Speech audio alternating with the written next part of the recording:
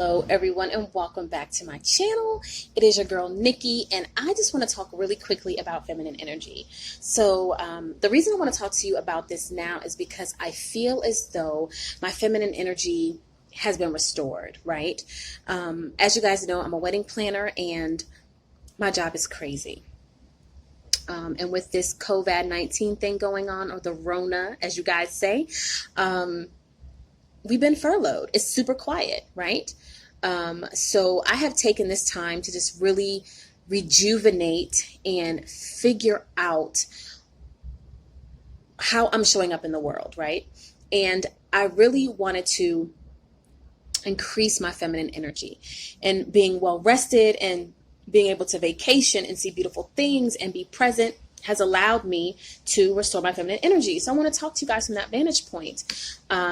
I'm a little tanned. I've been outside on the balcony and just kind of just listening to the ocean and listening to myself and really trying to figure out, what it is that I want to do and where I want to go from here. And one thing that keeps coming up for me is, increasing my feminine energy. So I just want to talk to you guys about that because, ladies, feminine energy is powerful. It is alluring. It is captivating. It is a beautiful thing to see women in their feminine energy. And I really want to talk about this because life will make a woman very masculine if she does not make the right choices. And sometimes your environment will do it to you. If you are a workaholic or someone who has a crazy job or always running around or having to perform and do, a lot of times that makes you masculine by default. So I want to talk about some things that are feminine, some things that help you harness your feminine energy. What does it feel like? What does it entail? Can you capture it? And I say, yes, you definitely can. The first thing I would say is feminine energy is being. It is being present. It is being in the moment.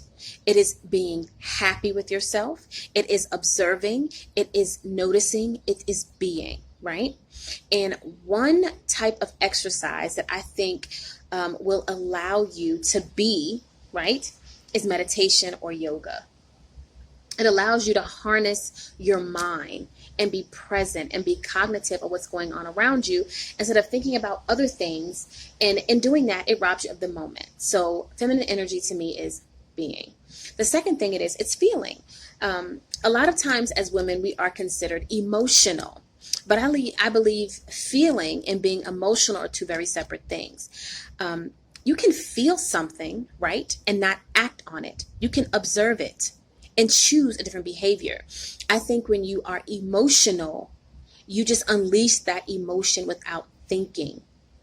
I think a lot of times when we just think, right, when they are feeling an emotion, just observe it with no action, they would be very well off, right? So I think feminine energy is feeling. The third thing I think it is receiving. And I can talk to you guys a lot about this. I was always the girl who was giving, doing, making sure, handling this, handling that. And ladies, loves, that is not a good state to be in. Because what happens is when you start to give more than you have, you resent. You start to feel empty. You feel like you are not being heard. You feel like you are not desired. You feel like you're being neglected. So you must allow people, especially men, right, to be a giver and you a receiver, right? It's very important. It actually sets the tone for the relationship. And I'm not saying that you shouldn't give a guy something. You give him a little gift here and there, not a problem. But you are a receiver, right? Think about how our sexual organs are constructed. A man is doing, he is penetrating, he is giving. A woman is in taking or receiving, right? So understand that if our bodies are constructed a certain way, then there has to be some type of divine logic to it. And we must allow men to give to us. If a man is not giving to you, if he is not sowing into your life, and when I say giving, I don't just mean money. Money is good, right? But I'm talking about sowing into you, giving you time, taking you out on dates, listening, being available, then he is not the one for you, right?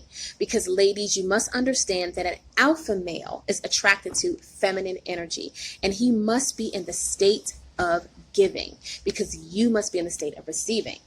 The next thing I think would be another great feminine energy trait would be vulnerability. It is openness. It is being transparent. It is understanding someone else's point of view besides your own.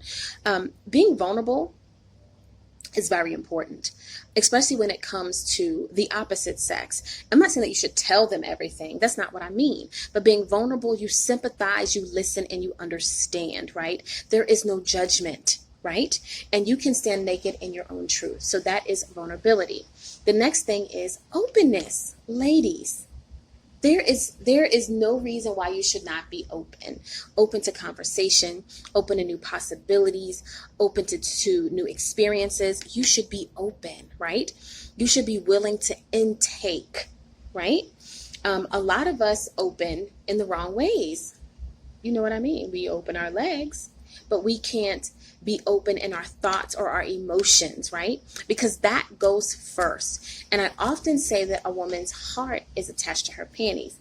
Her panties are not attached to her heart, right? So it's not like when you put on your panties, you're pulling down your heart. When your heart gets right, then everything else does. And a lot of times you'll find as a woman that if things are going haywire in your life, you have no sexual drive. You have none because you are not open to the possibility of receiving because you're so stressed out about so many other things. So these are just my straightforward tips for feminine energy, and they go as follows. It is about being, it is about feeling, it is about receiving, vulnerability, and openness.